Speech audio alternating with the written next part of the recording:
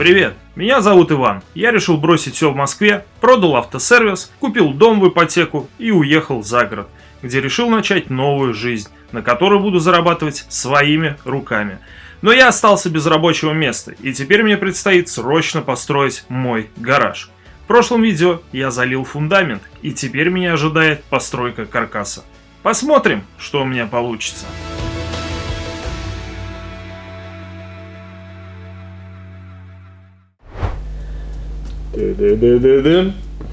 У нас есть проект, за который спасибо большое Юрку, который очень помогает в строительстве моего гаража.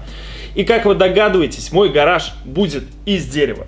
То есть, попросту говоря, каркасником.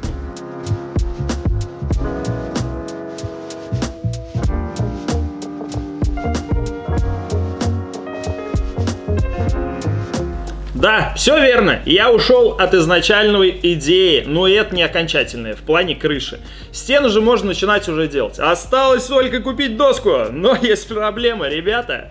У меня закончились деньги. Заработать мне на ремонте тачек с предыдущих видео получилось только 270 тысяч рублей. И залив фундамент, я даже ушел в минус, заняв у друга. Если вы не сходили в Телеграм, то стоимость его составила всего лишь на все 400 тысяч рублей. Но у любой проблемы есть решение. Чтобы расширить свои возможности заработка, я начал делать металлоконструкции. И мне со дня на день должны оплатить заказ. Кстати, если вам нужно сварить какую-то железяку, напишите мне. И еще хорошая новость. У меня появился помощник, о котором я расскажу позже. Так что только вперед и шагу назад. Приятного просмотра. Пошли делать стену.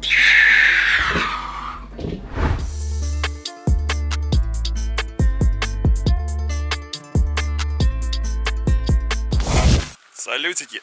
Ну что, я хожу по своей мастерской. Ну, вы знаете, когда ходишь по плоскости, уже, конечно, такое присутствует чувство ограниченного пространства, скажем так. Патрон в стволе, да утюг на столе. Покрепче чаечек, сыплю сахарочек. Потому что, когда все это строилось, так казалось все большим, а сейчас уже так ходишь вроде бы, и от угла до угла не так далеко. Ну что, в целом, у нас, собственно, следующий день, вот эти вот наплывы у нас от виброрейки, да, остались. Я же пятелечек специально взял, Юрец говорит, почисти их, пока бетон не застыл. Это прям вот утро конкретно следующего дня, после того, как мы залили. Вот. То есть он уже встал, я уже хожу по нему. Ну и, соответственно, чистим.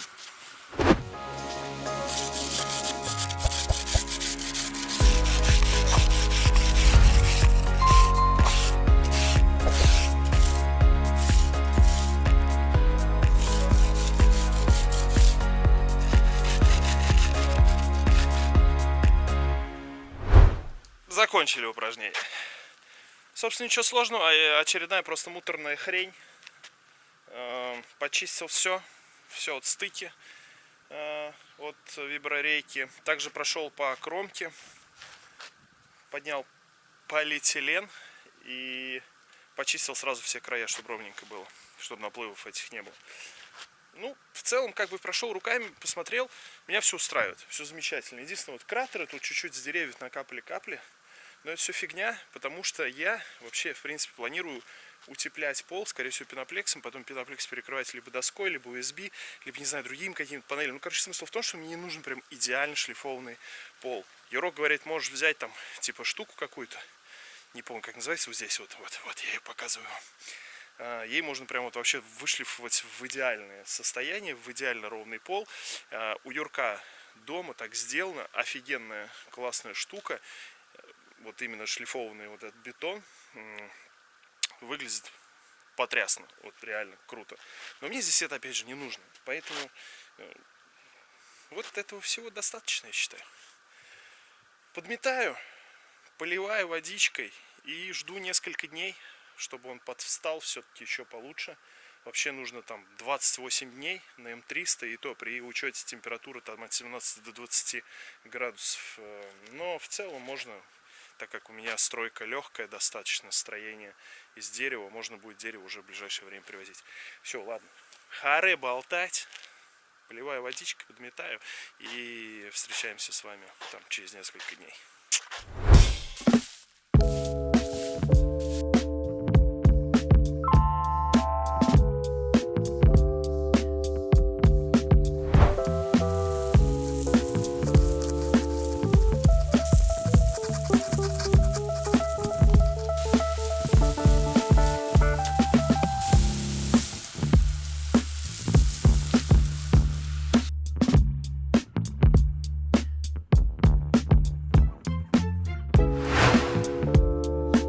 Ну все, заказ оплачен, и это означает, что я могу купить доску для того, чтобы начать делать стены.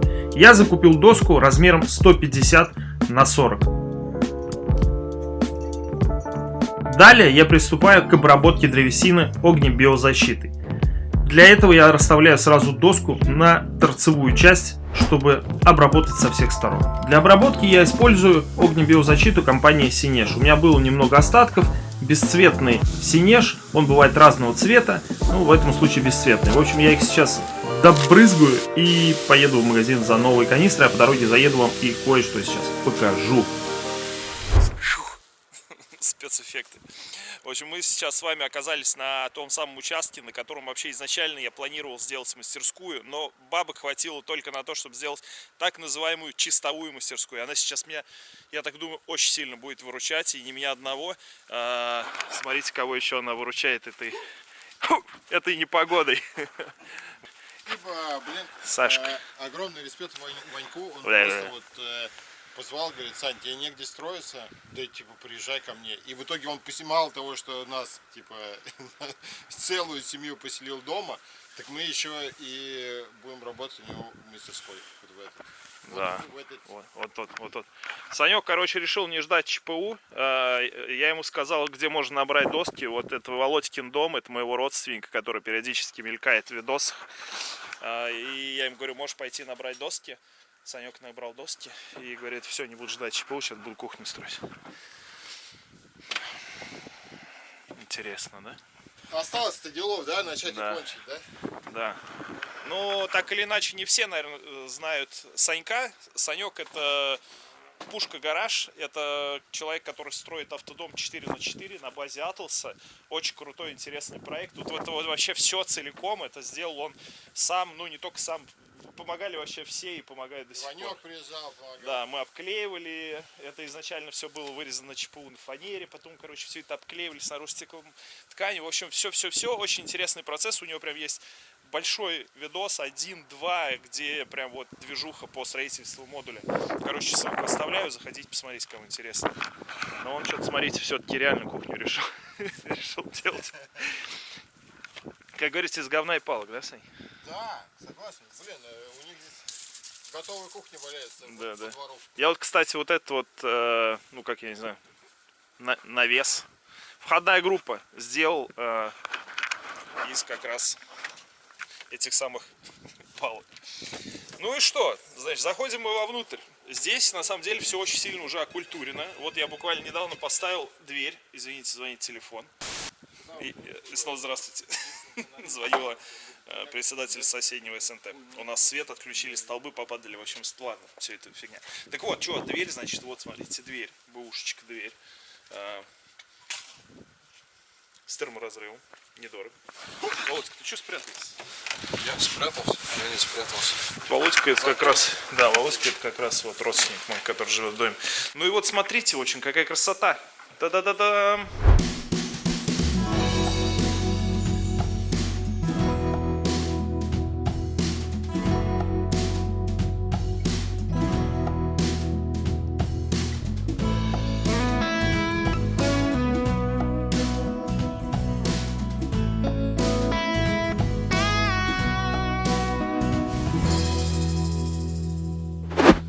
До боли знакомые уже для вас инструменты, оборудование, которое у меня стояло в сервисе. Я его, конечно же, перевез, как я его мог не перевести. Эту наикрутейшую штуку, с помощью которой можно делать все что угодно. Есть еще одна комната. В общем, целиком размер помещения, я уже забыл, 5×10, вот Вовка подсказывает, 5×10 и пополам, она не пополам, 6 здесь метров идет. То есть вот это помещение, в котором я стою, оно 6×10, да, получается? Нет? 6, фу ты, блин, 6×5, математика от Ивана.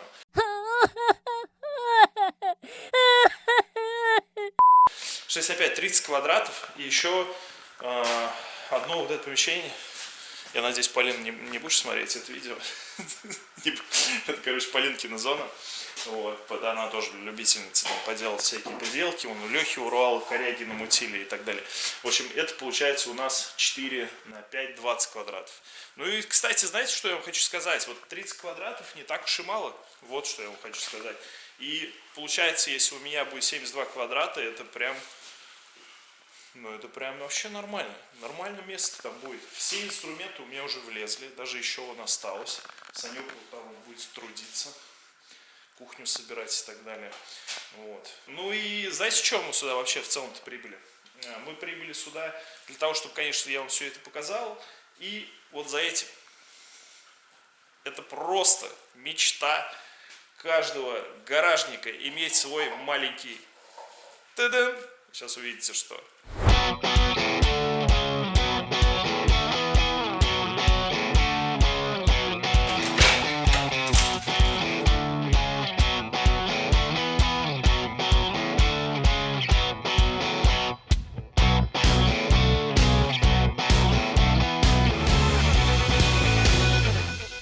Да, это токарный станок. Сань, ну скажи ж мечта вообще в гараже. Согласен, 100%. Вообще, Но, вот эти знаешь, втулочки всякие делать. я хотел сказать, что вот эти вот советские станки, это такая слишком серьезная штука. Ну Во-первых, да. нужно место, во-вторых, это 380. Ну да, А 380. в-третьих, это просто очень большой вес. И советская техника, она, ну, ее еще и надо обслужить. Да нет, это это вообще просто. кайф. Вовчик. Вовчик говорит, Советских живых уже не найдешь. Вовчик Вот говорит, это я правда. здесь жить буду. Да, я буду здесь ночевать, жить. Такая. Поэтому, помимо, короче, сварки металлоконструкций, автомобилей, ремонтов, строительства автодомов, у нас еще токарный цех открывается. Не, очень круто. Че, давай доставать. Это реально мечта. Довольно счастливый обладатель.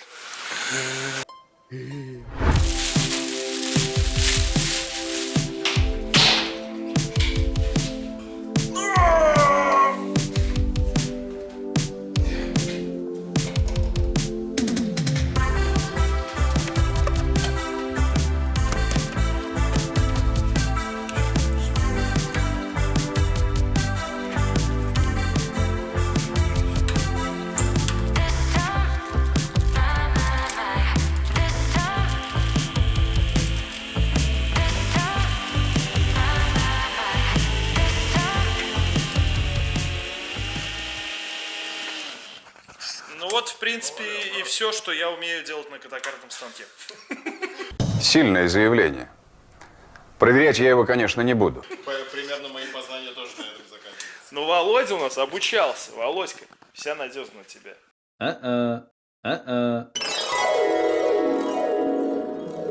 Сделаем. Ну все, Володька, давай, мы домой, а ты ночуй здесь, завтра все покажешь. Жаль, конечно, этого добряка. Что тяжелее оставляем?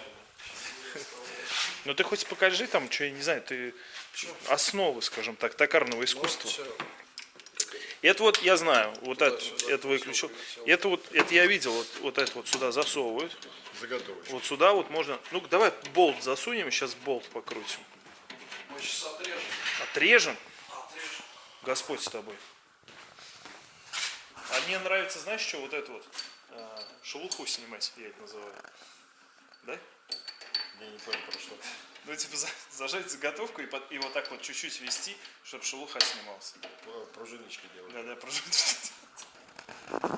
Мне кажется, мы с тобой осилим на двоих. Вот, Володя серьезно подошел к вопросу. И ты сейчас вот так вот резцом здесь отрежешь, да, получается? Надо резцы собрать еще. Давай, собирай. Ух, ё. Комплектация богатая.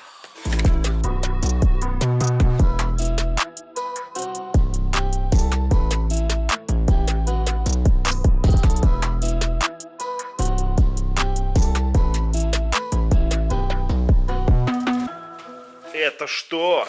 Резец? Проходной называется. Ой, это что такое, Вовчик? Это ограничитель какой-то? Стопор? Нет, это пластина крепить. Это резьбовое. Чё? А, это шестигранник какой-то Вот здесь. пластина. Типа вот эту крутилку, да? Понял? Да, видишь, Сам пластина, резец, вот она. типа. И вот к этой штуке крепишь вот эти резцы. А зачем вот столько вот много резцов, Володь? Ну, резьбовые есть, проходные, упорные, отрезные. Там много всего.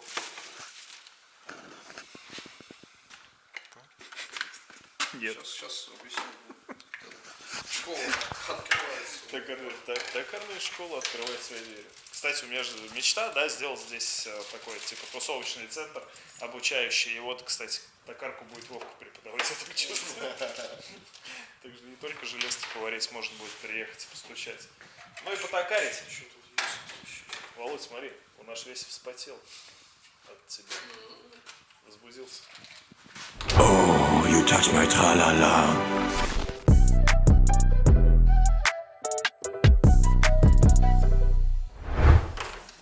Так, ну все, ты их вот все собрал. Это вот прокладные все вокруг. Это расточной, он тебя, ну, грубо говоря, диаметр больше делаешь, а этот резьбу внутреннюю нарезаю. Сюда пластинку прикрутить. О, Володь, ну давай. С Богом. Чем мы отрезаем? Ну, давай отрежем сначала, а потом спиральки будем делать.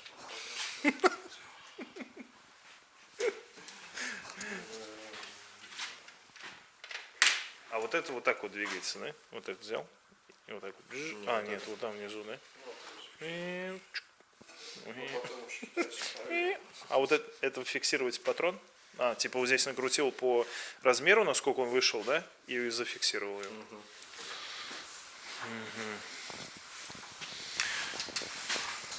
Понимаешь? Пластин. Бомба. Давай, ладно. Сейчас еще один шестигранник нужен. Сейчас отрежем.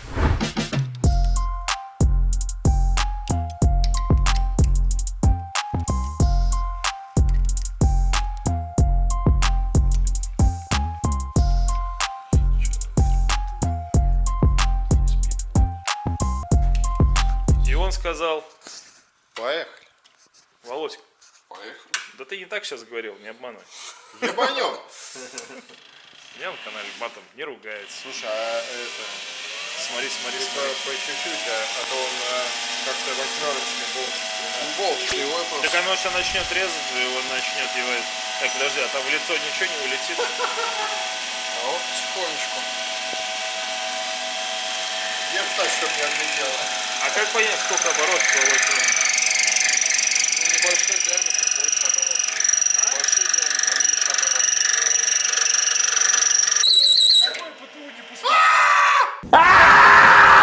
Сломал резину. Я сделал все, что мог.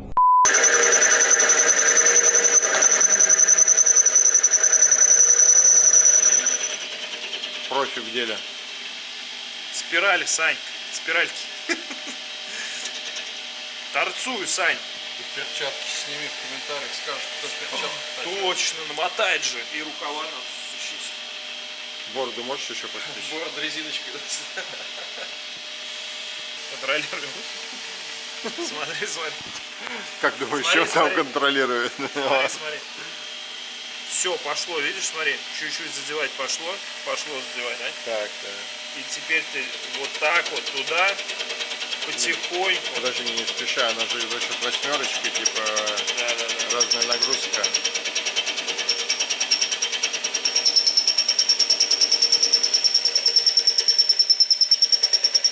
Сейчас я его как бы выравниваю. понимаешь? Да, Не едет я вот понимаю. Я как бы как токарь тоже со стажем все понимаю.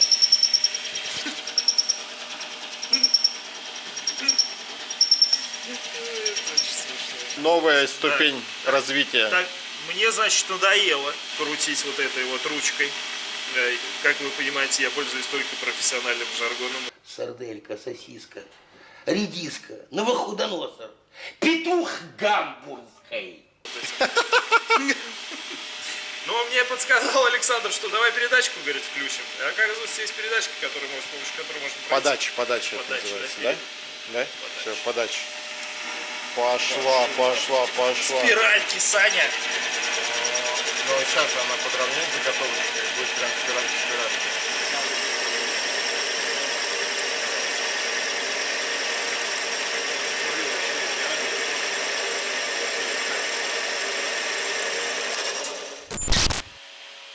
Спиралька та самая.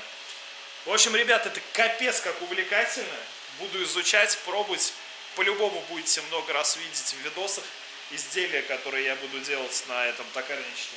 Вот. Ну а тем, кому интересно, можете по ссылке в описании перейти. Станки Висман. Оставлю прям ссылку именно на эту модель. Мне кажется, это просто оптимально для гаража и какой-то небольшой мастерской, потому что вот даже по своему опыту я помню, сколько раз я из сервиса вот прям вот просто какую-то шайбочку, какой-то вот прям шплинтик, что-то вот какую-то такую штуку нужно сделать, и ради этого нужно ехать к токарю. А этот бамс подошел и сделал у тебя все готово. В общем, классная штука. Всем рекомендую, заходите в ссылку в описании и приобретайте, кому нужно. Возвращаемся с вами к обработке доски. Все очень просто. Вращаем и обрабатываем со всех сторон. С помощником это делать гораздо быстрее.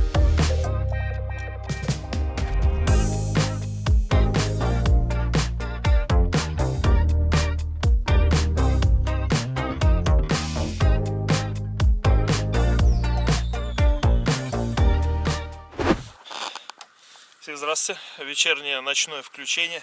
Знаете, что больше всего бесит зимний период времени, вот в этот промежуток, да? Это короткий световой день. Это капец как раздражает, потому что очень много всего не успеваешь по-светлому. И вот это ощущение, оно появилось непосредственно при жизни за городом. Вот в городе я вообще этого не ощущал. Ты типа сидишь в серваке, ну что-то там стемнело на улице, ну и стемнело. Пришел домой, поспал, ну и поспал. Вот. Ну ничего страшного, свет есть. Сейчас буду все это дело напиливать в 3-метровую доску. И завтра по светлому уже начну сколачивать. Здравствуй, Леня. Здравствуй, мой дорогой. Компания у меня. Погнали.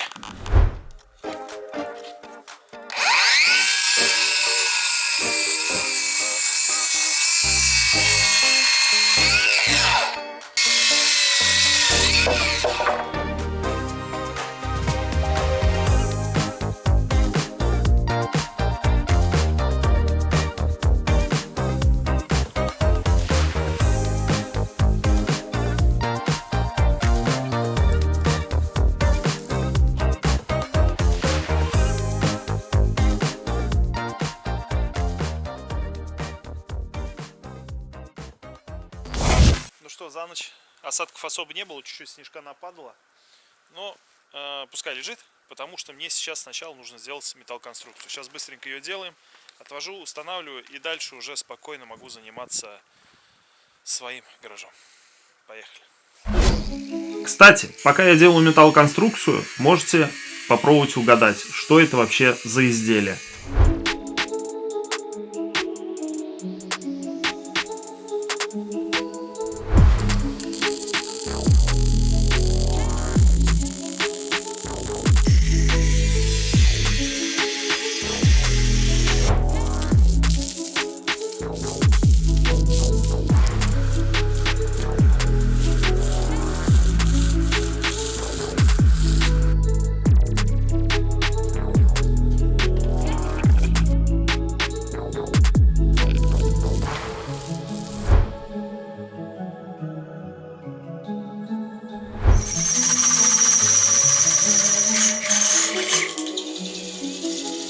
И это была перегородка в большое помещение. Кто угадал, тот красавчик.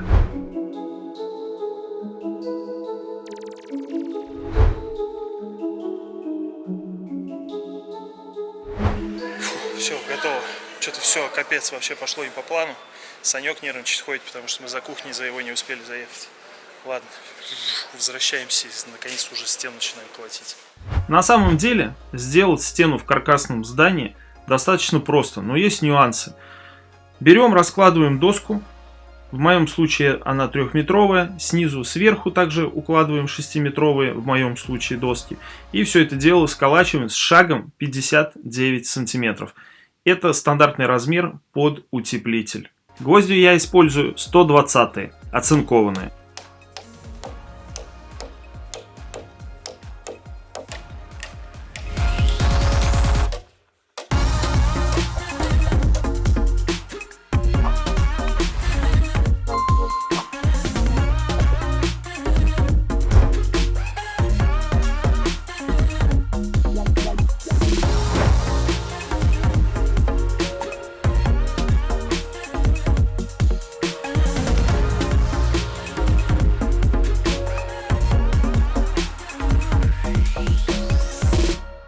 После того, как вы сколотили стенку, в обязательном порядке нужно померить диагонали и выровнять ее. Так, ну и что вы думаете? Я скидываю просто фотки Юрку, кто рисовал проект. Я говорю: Юрок, у тебя на проекте у Косина не нарисовано, как у Косина делать. Он говорит: у Косина-то ладно, а ты, говорит, доску одну забыл сделать. Ригель называется.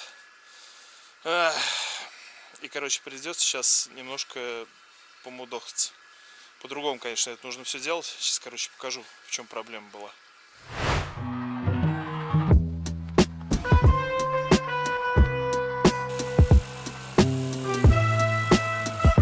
Собственно, проблемы особо, конечно, никакой не было. Эти доски просто можно было подготовить еще до того, как мы их начали сколачивать. Ну, ничего страшного, сейчас сделаем все по месту.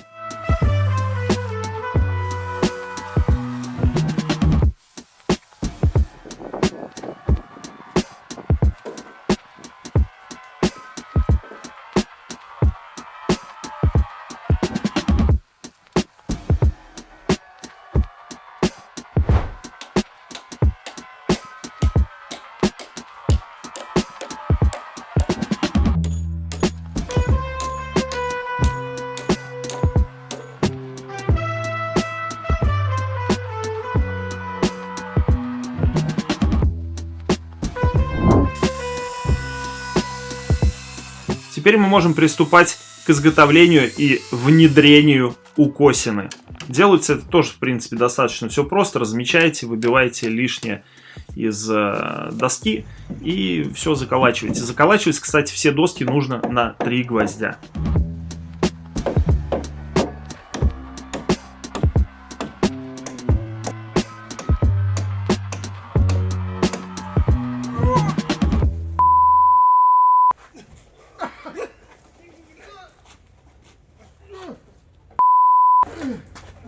Обоссаться. Ну че, она легкая.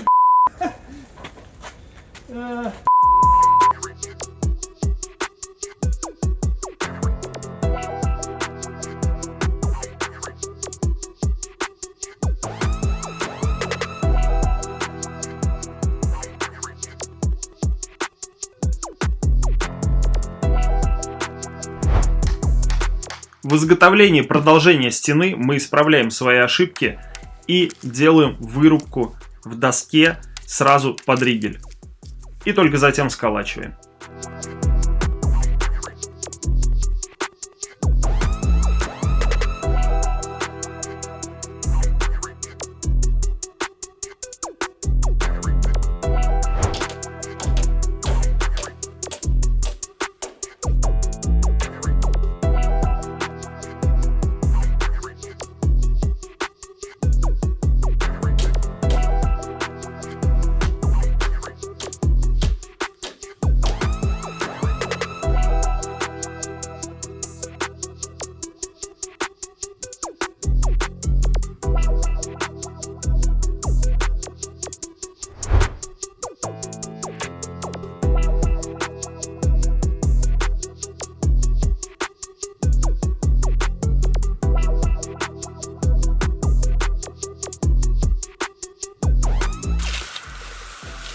Готов?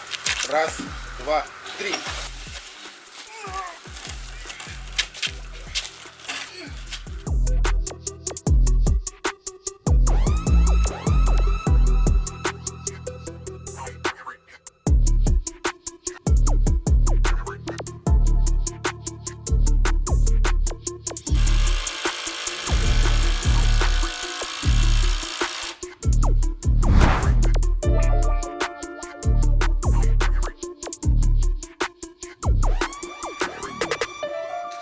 Ну что скажешь, Саня? Я первый раз Я первый раз Участвую. поставил стенку. участвую в стройке каркасного дома, и мне кажется, это прикольно. Просто за день работы появился. Ну да, огромную причем. Да, Ну давай это. Назовем эту стену имени Александра. давай. Все. Заметно. Все, красавчик от души. Чуть не обкакался поднимать. Да, его. это жесть. Очень тяжело, но в целом Кайф. кайф. Согласен. С утра еще посмотрю, кое-что вам скажу.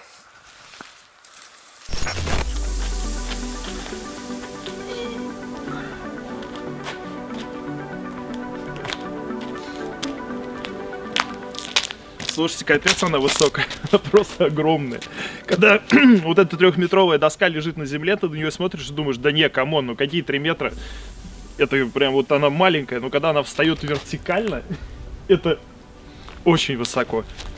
Прям какая-то мега огромная стена получилась. И я, знаете, о чем еще думаю, что будет же крыша, и в коньке она будет 5 метров. И высоту я не очень люблю.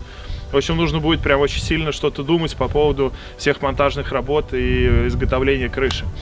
Вот, но обо всем об этом, о крыше, вы, скорее всего, уже узнаете в следующем видео. Потому что погода, смотрите, какая. Вот то дождь, то мороз, то снег, то опять оттепель, все тает.